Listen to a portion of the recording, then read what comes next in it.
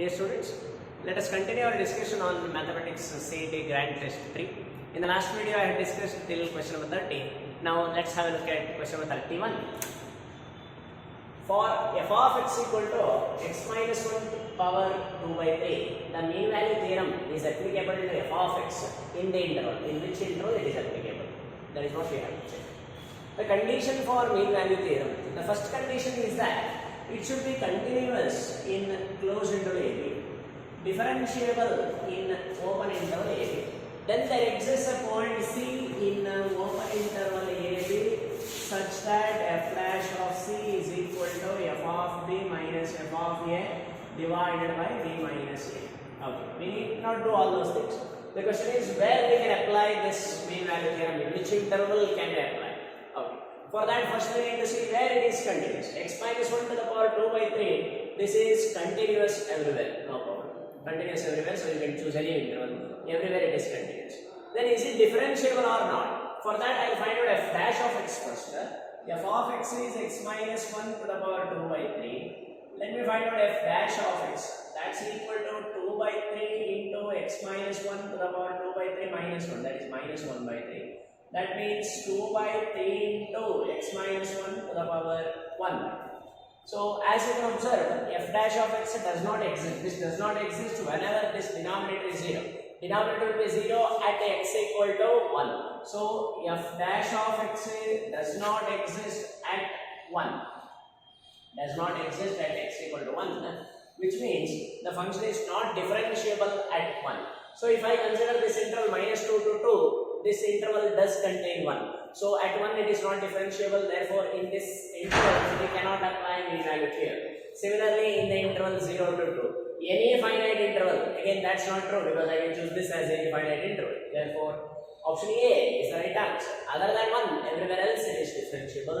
So you have to eliminate all the intervals which contain 1. Hence first option is the right answer. Let's go to the next question. 32nd. The set of all points where the function f of x into mod x is differentiable is. Okay. So as soon as you see mod x is differentiable everywhere except at x equal to 0. So whenever any function involved which contains mod x, you just check the continuity or the continuous everywhere, no problem. Differentiability at 0. Everywhere else it is differentiable. So only doubt is at 0. Before that, I will write the given function in this way. X into mod x. Whenever x is positive, mod x will be equal to x, so it will become x square. And whenever x is negative, mod x will be minus x, so it will become minus x square. I can write it in this way. Minus x square if x is less than 0, and x square if x is greater than or equal to 0.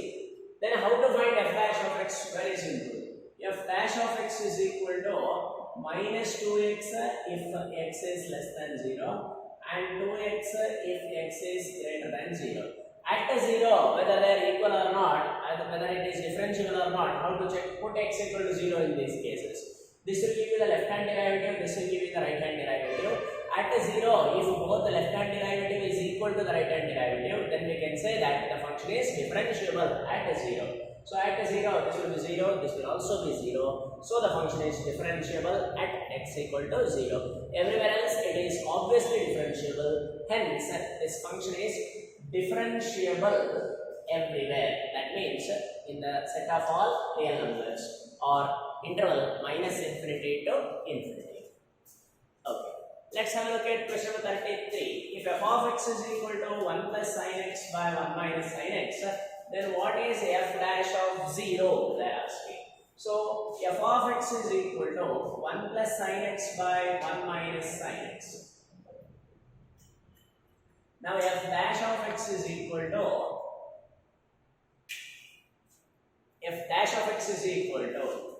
differentiate this 1 minus sin x whole square.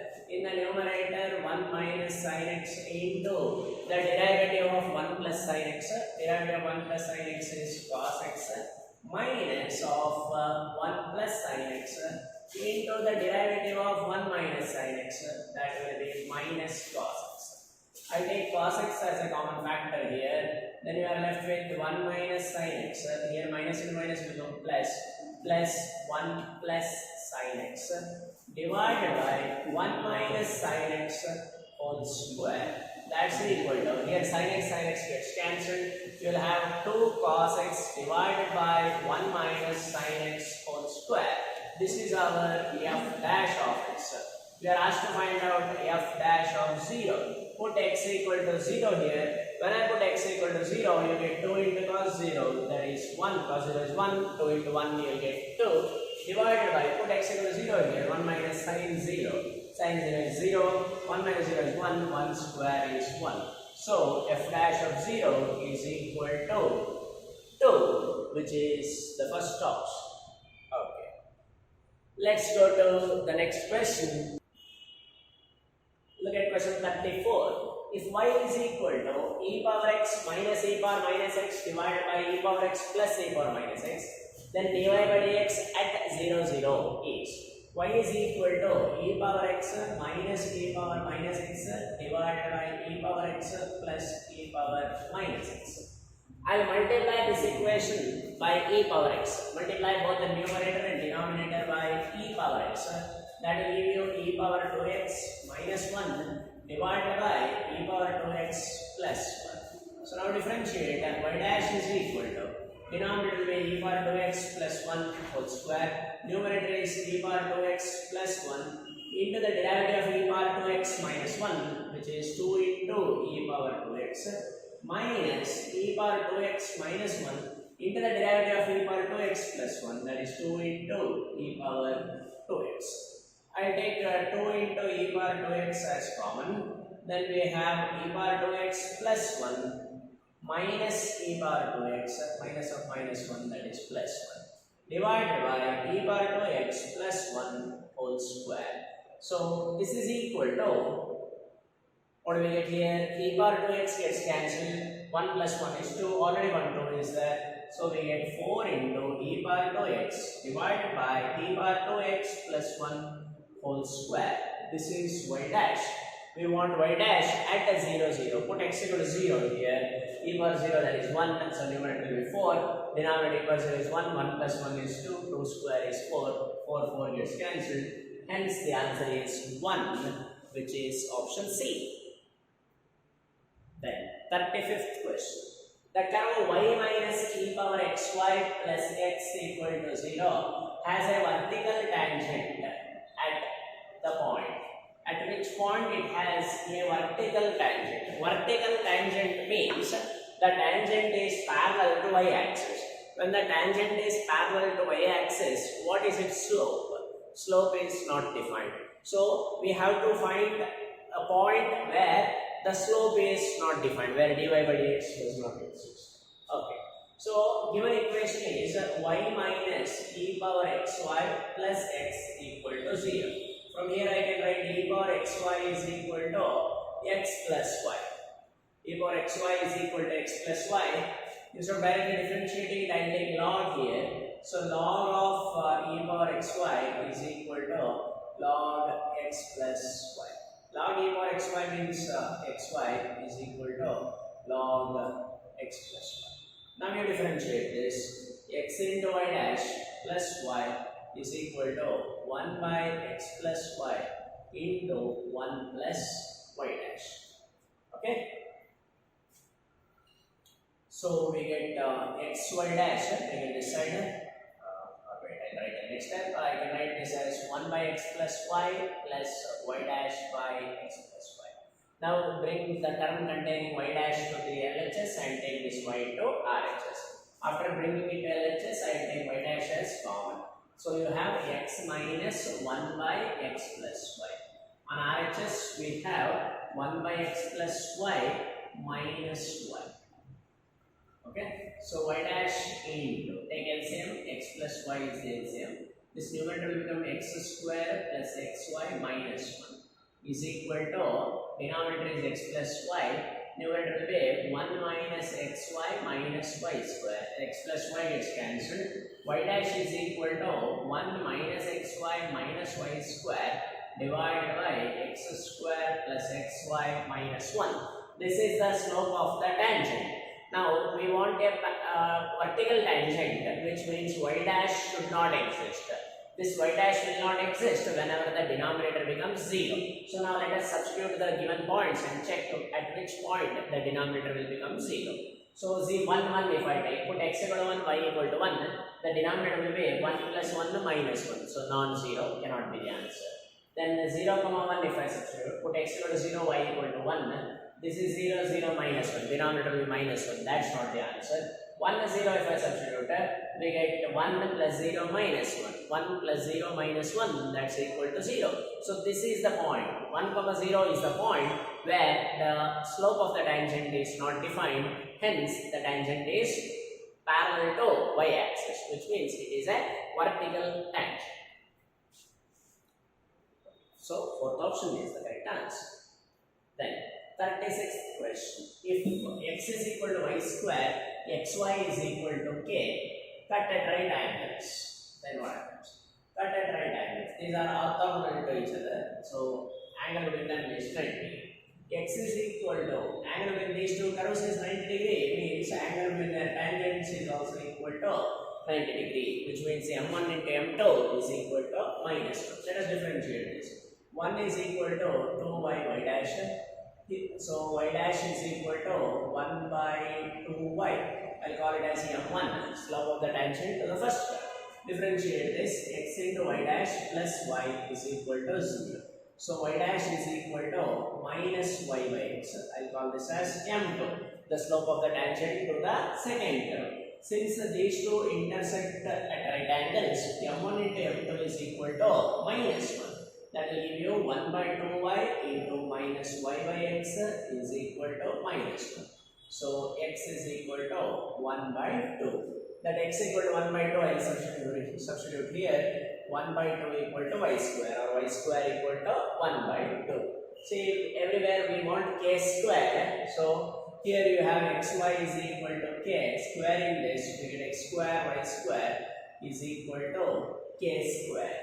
X square, x is 1 by 2, so x square is 1 by 4. Y square is 1 by 2 is equal to k square, which means k square is equal to 1 by 8, or 8k square equal to 1. First option. Then, 37th question.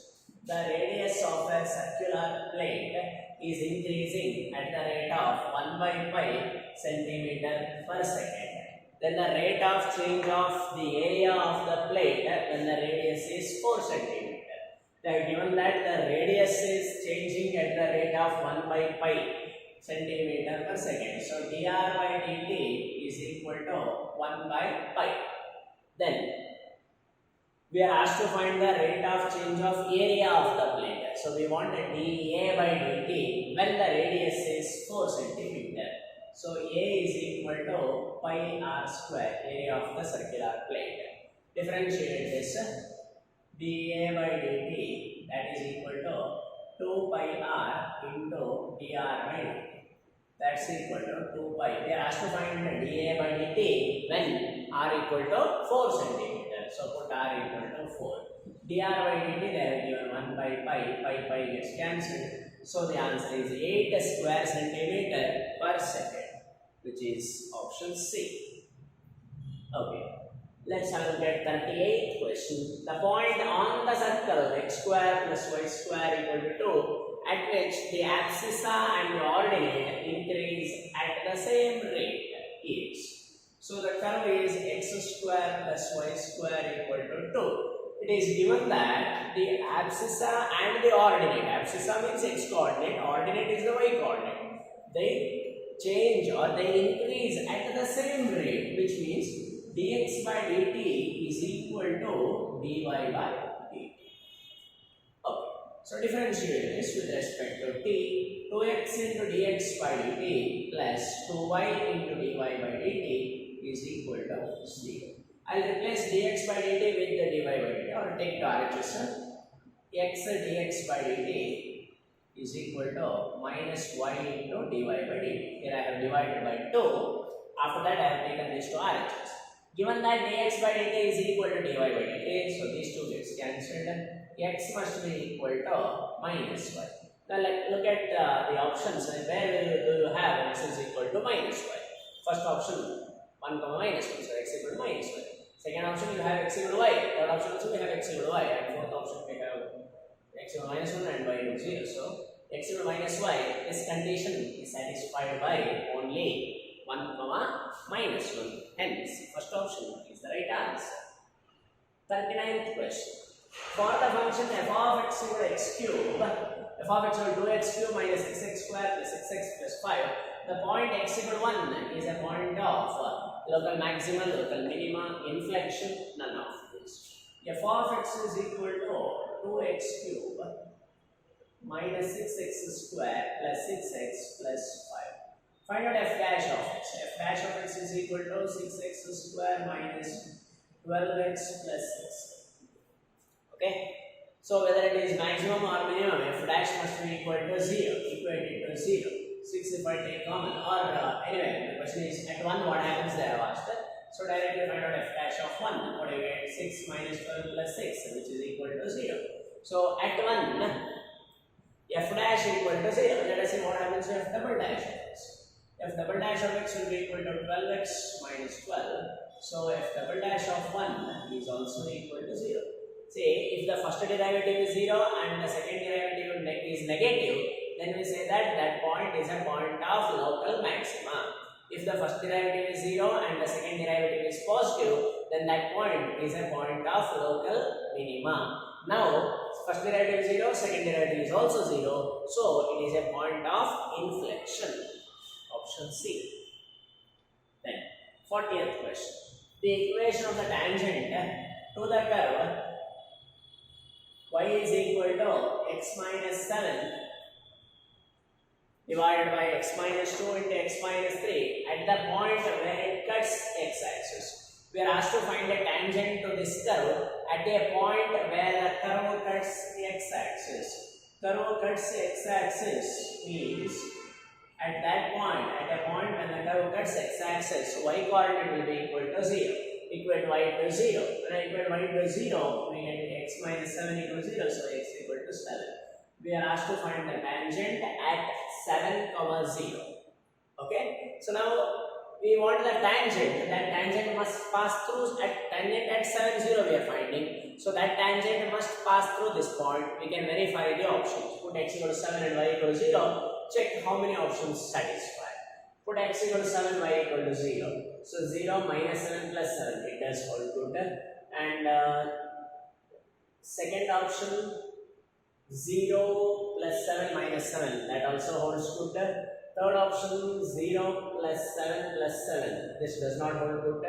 And fourth option, 0 minus 7 minus 7, that does not hold good. So option C and option D are eliminated. Answer is either A or B.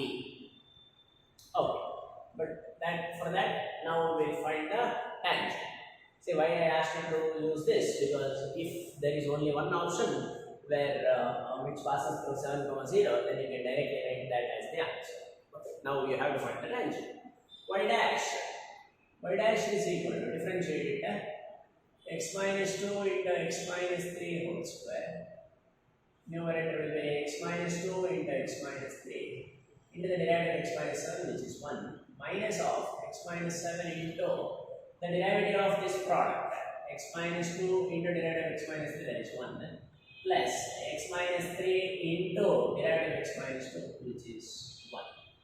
Okay, so we want y dash at 7, 0. Put x equal to 7 and y equal to 0 here. 7 minus 2, that is 5 into 7 minus 3 is 4. This will be 0. Divided by 7 minus 2 square. 7 minus 2 is 5, 5 square 25. 7 minus 3 is 4, 4 square is 16. So what do you get? Here 1 by 5 into 4. 1 by 20 is the slope. Okay, so look at this equation. Minus x plus 20y plus 7 equal to 0. Slope is minus a by b. So you get 1 by 20. Hence, first option is the answer. If you look at the second option, there it is x plus 20y minus 7 equal to 0. Here, the slope is minus a by b. That means you get minus 1 by 20. But we want plus 1 by 20. Hence, option A is the correct answer. 41st question. The value of sine of 1 by 2 cos inverse of 4 by 5 is equal to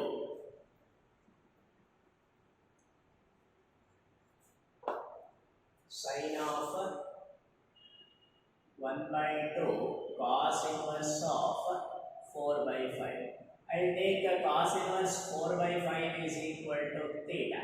This implies that cos theta is equal to 4 by 5. Then we are asked to find out sin theta by 2. Cos theta is available. We have to find out sin theta by 2. Sin theta by 2 can be written as a root of 1 minus cos theta by 2, because 1 minus cos theta, as we know, it is 2 sin square theta by 2. 2 gets cancelled. Root of sin square theta by 2, you get sin theta by 2. This is equal to root of 1 minus 4 by 5 divided by 2. That's equal to 5 minus 4, that is 1 by 5 by 2. So root of 1 by 10. In other words, 1 by root 10. Second option is the answer. Then 42nd question. The value of integral of root of tan inverse x by 1 plus x square. See, I can write it like this. Tan inverse x to the power 1 by 2 into 1 by 1 plus x square into dx. Observe that the derivative of tan inverse x is 1 by 1 plus x square. So this is of the form f of x to the power n into f dash of x dx. Integral of f of x to the power n into f dash of x dx is equal to f of x to the power n plus 1 by n plus 1. That means you get tan inverse x to the power 1 by 2 plus 1, which is 3 by 2 divided by 3 by 2 plus c. This will come up. So you get 2 by 3 into tan inverse x whole power 3 by 2. 2 by 3 into tan inverse x whole power 3 by 2 plus c, which is option D. That you can do. If you don't know that formula, then you can go for substitution. Put tan inverse x equal to t, then 1 by 1 plus x square dx becomes dt. You have t power 1 by 2 into dt. On integrating, you will get the fourth option. Then 43rd question. Integral of x square divided by x to the power 6 plus 2 into x cube plus 2 into dx. Okay. Here x power 6 can be written as x cube whole square. Okay. And I'll make a substitution as x cube is equal to t. Then on differentiation, 3x square dx becomes dt. X square dx is equal to dt by 3. So numerator will become dt by 3. Denominator will be x cube whole square, that's t square, plus 2t plus 2. 1 by 3 I will take out. Integral of dt by t square plus 2t plus 2 is there. I will write that 2 as 1 plus 1. I am completing the square here. T square plus 2t plus 1 is nothing but t plus 1 whole square. And another 1 is there. I will write that as 1 square. So this is 1 by x square plus a square. Integral of 1 by x square plus a square is equal to 1 by a tan inverse of x by a is 1 here. Tan inverse of x by, that is tan inverse of t plus 1 plus c. So answer is 1 by 3 tan inverse of t is x cube plus 1 plus c. 1 by 3 tan inverse of x cube plus 1 plus c, which is the second option. Then 44th question. The value of integral of 1 by x minus 1 into x minus 2 dx.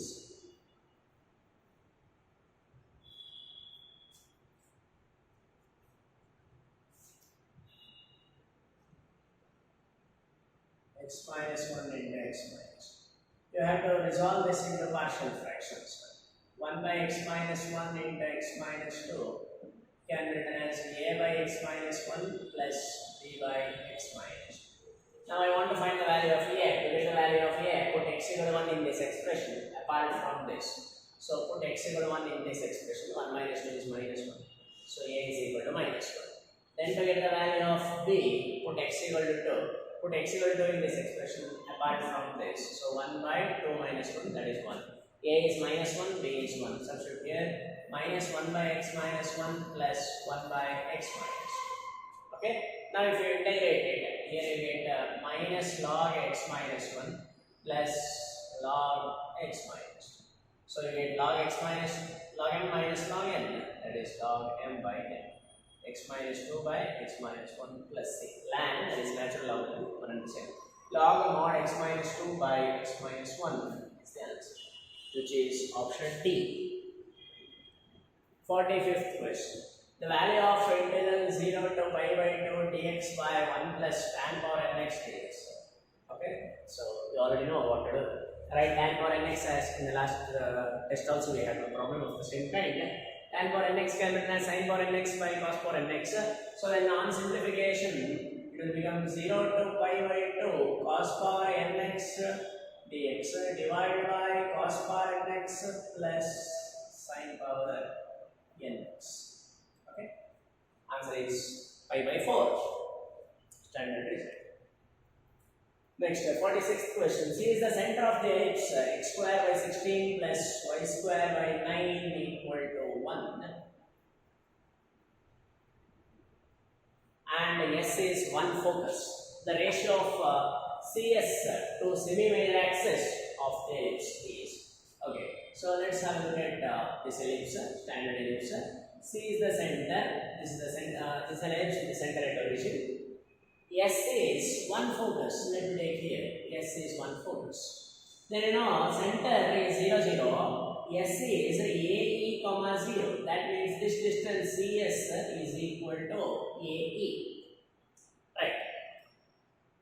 We want the ratio of CS to semi-major axis. What is major axis? Length of the major axis is equal to 2A. So length of the semi-major axis is A. So we are asked to find the ratio of CS to A. Right? CS is AE divided by A. That's equal to E.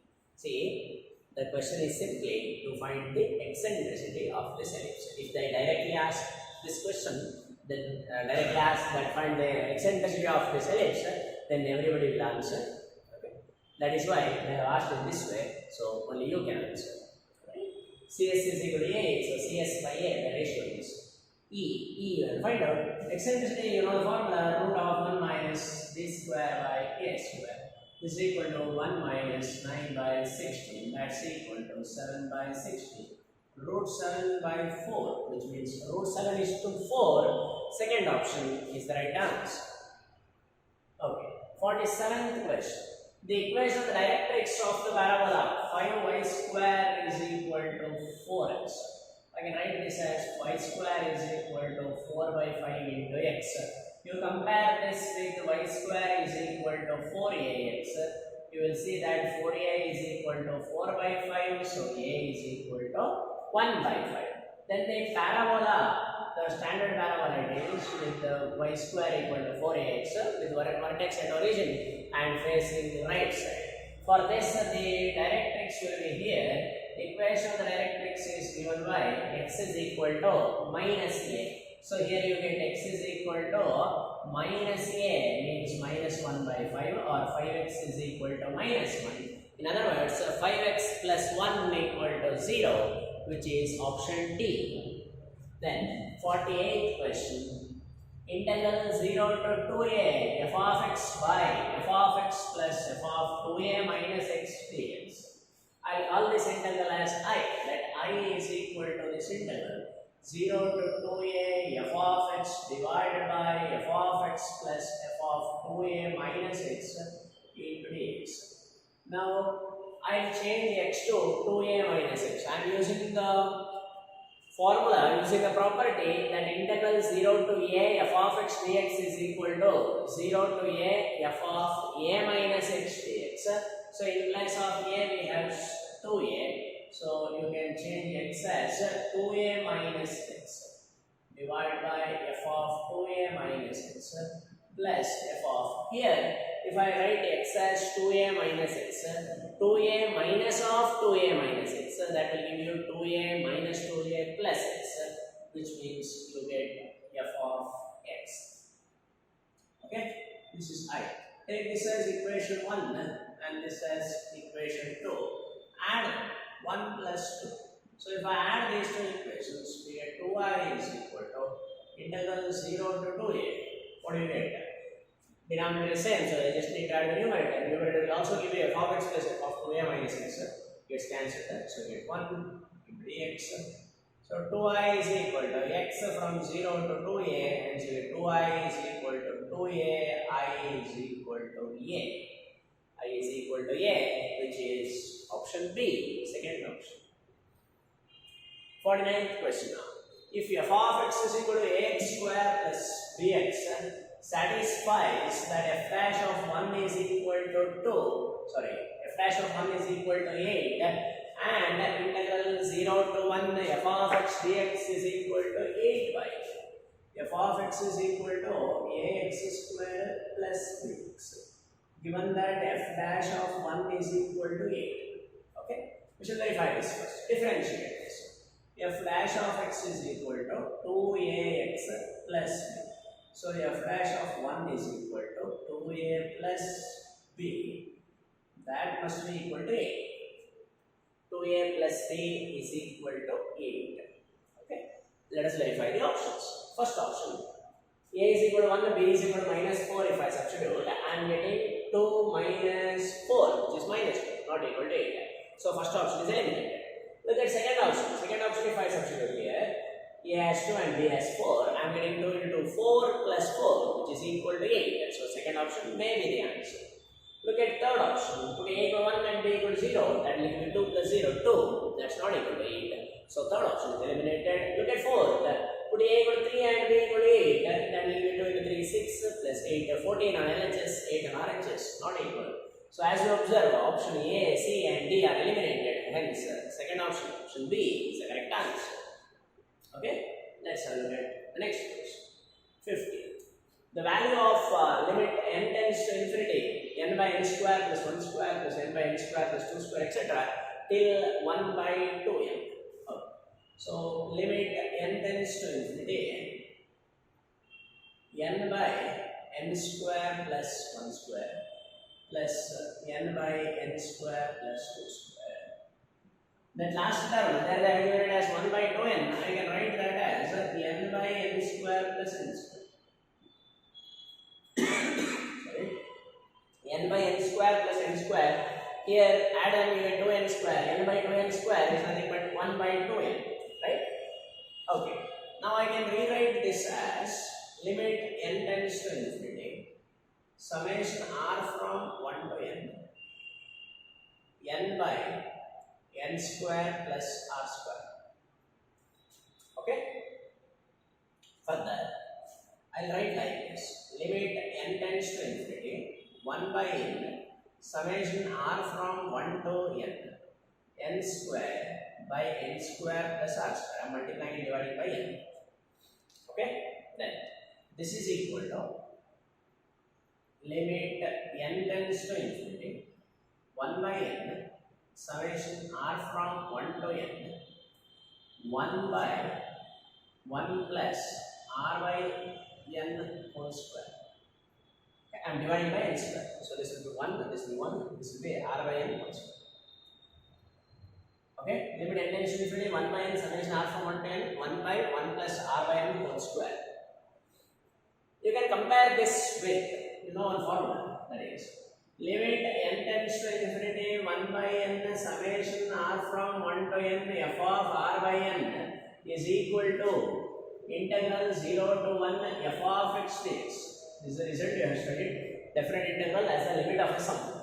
Limit n tends to infinity, 1 by n, summation r from 1 to n, f of r by n is equal to integral 0 to 1 f of x dx. So this is equal to f of x is 1 by 1 plus x square. Integral 0 to 1, 1 by 1 plus x square into dx. Integrate it, we get tan inverse x from 0 to 1. Apply the limit. Tan inverse 1 minus tan inverse 0. Tan inverse 1 is pi by 4. Tan inverse 0 is 0. So answer is pi by 4, which is the fourth option. Okay. Let's have a look at question 51. The area bounded by the curve y equal to 4x minus x square minus 3 and the x-axis from x equal to 1 to x equal to 3 in square units is. Okay. See, in this problem you can directly write integral 1 to 3 f of x dx, but we should be careful. That is, between 1 and 3, this curve doesn't lie entirely below x-axis or entirely above x-axis. If the curve lies entirely above x-axis or entirely below x-axis, then no problem. The problem comes when some portion of the curve lies above x-axis. See, if the graph is something like this, then no problem. And if you are finding the area here, this is the situation, then no problem. You directly integrate and get the answer. If this is the situation, that is at 1 this is what happens, at 3 this is what happens, and between 1 and 3 if the curve lies entirely below x-axis, then also no problem, you can directly integrate. The only thing is final answer will get negative, but we are finding area which cannot be negative, take modulus and write positive value of it, no problem. But the problem comes when some portion of the curve lies above x-axis. Let us say this is 1 and this is 3. Some portion lies above x-axis and some portion lies below x-axis. If this happens, then you cannot directly integrate from 1 to 3. Then what you need to do is you check where at which point it intersects x-axis. Okay? Find this integral from here to here separately and from here to here separately you have to do. So here that you have to be careful whether where it intersects x-axis, you just check. So how to check? When it intersects x-axis, y coordinate must be equal to 0. So 4x minus x square minus 3 is equal to 0. In other words, x square minus 4x plus 3 is equal to 0. On factorization, it will give you x minus 1 into x minus 3 is equal to 0. And now you know that it's a quadratic where x square is negative, coefficient of x square is negative. So that means a is negative. So the parabola is facing downwards. It intersects x-axis at 1 and at 3. So it is facing downwards and intersects x-axis at 1 and x-axis at 3. So the curve lies between this lies entirely above x-axis, which means you can directly integrate it 0 to 1 f of x dx, which is 4x minus x square minus 3 into dx. That's equal to 4 into x square by 2, which is 2x square, minus x cube by 3 minus 3x from 0 to 1. Sorry, not 0 to 1, that was in the previous problem. Now from 1 to 3. Apply limit 3 square is 9 into 2, 18 and 3 cube is 27, my 3 is 9 and minus 9. Minus of, put x over 1, 2 minus 1 by 3, minus 3. This will be 0, here minus 1 by 3, that will be minus 4 by 3. So 4 by 3 is the answer.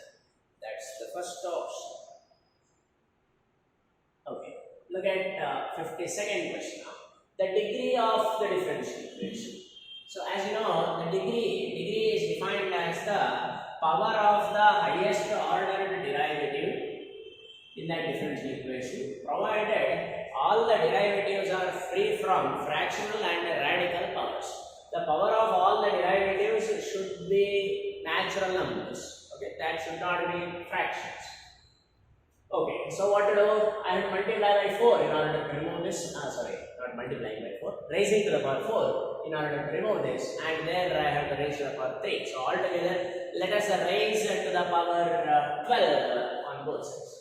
Raising to the power 12 will give us 1 plus dy by dx whole square whole power. When I raise to the power 12, 3 by 4 whole power 12, that will become 9 here.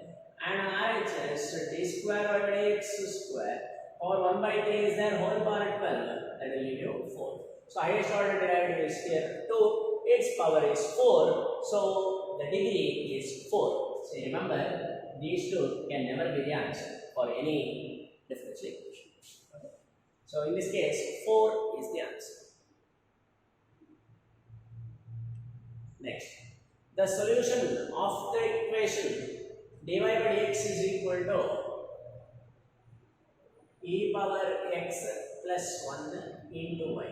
Solution of dy by dx is equal to e power x plus 1 into y. Okay. Now I'll separate the variables. Bring y to this side. Dy by y is equal to e power x plus 1 into dx. Variables are separated. Now we can integrate it. integral of dy by y is log y is equal to e power x plus c. So log y is equal to e power x plus c, which is the first option. Then 54th question.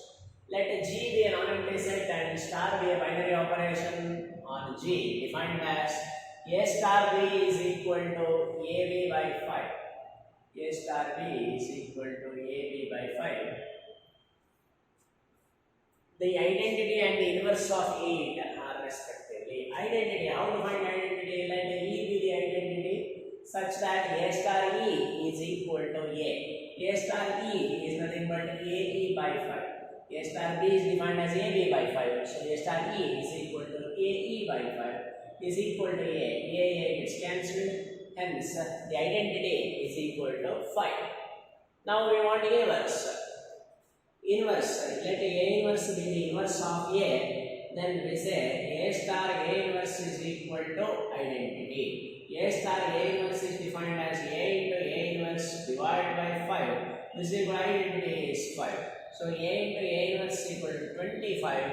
So A inverse is equal to 25 by A. A inverse is equal to 25 by A. We want the inverse of 8. So 8 inverse, that is equal to 25 by 8. Identity is 5 and the inverse is 25 by 8, which is option B, the second option. Okay. Let's look at 55th question. If f of x is equal to 3x plus 2 by 5x minus 3, then what is f inverse of x? Okay, f inverse of x, we want an expression in terms of f inverse of x. So we need to find out f inverse of x. So f of x is equal to 3x plus 2 divided by 5x minus 3. Then I will give you one formula, one shortcut. If f of x is equal to ax plus b divided by cx plus d, then f inverse of x is equal to dx minus b divided by minus cx plus d. Okay, how to remember it easily? You write this in terms of a matrix like this, A, B, C, D. Then find the adjoint of this matrix. How to find the adjoint of a 2 cross 2 matrix? Interchange the diagonal elements. Change the sign of the non-diagonal elements. Okay, let me call this as A, and this will be adjoint of A. A, see how I have written. I have considered the coefficient of x, constant term in the numerator. In the second row, I wrote the coefficient of x and the constant term. Okay, so then the f inverse is this. Interchange the diagonal elements. D will come here, A will go here. Change the sign of the non-diagonal elements. Then you write dx minus b divided by minus cx plus b. Okay, so that formula I will use here. F inverse of x is equal to, interchange the diagonal elements. This should come here. Minus 3x. Change the sign of the non-diagonal element. Minus 5x. This 3 will come here. Plus 3. Okay. So f inverse of x is equal to, I will take minus out and cancel it. We get 3x plus 2 divided by 5x minus 3. You will see that it is as good as f of x. So answer is f inverse of x is equal to f of x. So this formula you should remember, very useful result. But be careful, in some problem they may give you f of x is equal to 3 plus 2x divided by 1 minus 4x. Or let me say 4x minus 1. Then some students immediately they will write f inverse of x is equal to, interchange this, change this sign, minus 1 minus 2x divided by minus 4x plus 3. Interchange the diagonal elements and change the sign of the non-diagonal elements. This is wrong because it should be of the form ax plus 3. So first you write it as 2x plus 3 divided by 4x minus 1. Now this is incorrect. Actually f inverse of x is minus x minus 3 divided by minus 4x plus 2. That is f inverse of x. And see what I have written here. Okay, be careful. Next, 56th question. If f of x is equal to 2x square plus x plus 1 and g of x is equal to 3x plus 1, then the f circle g of 2. F of x is equal to 2x square plus x plus 1 and g of x is equal to 3x plus 1, then what is f circle g of 2? Okay, f circle g of 2, I can write it as f of g of circle g of 2 can be written as f of g of 2. That's equal to f of g of 2. G of 2, what is g of 2? G of x is 3x plus 1. So put x equal to 2 there. 2 into 3 is 6 plus 7. So we want f of 7. Put x equal to 7 here. 2 into 7 square, that is 49 plus 7 plus 1. This will give you 98 plus 8, which is equal to 106. Option C. Look at 57th question.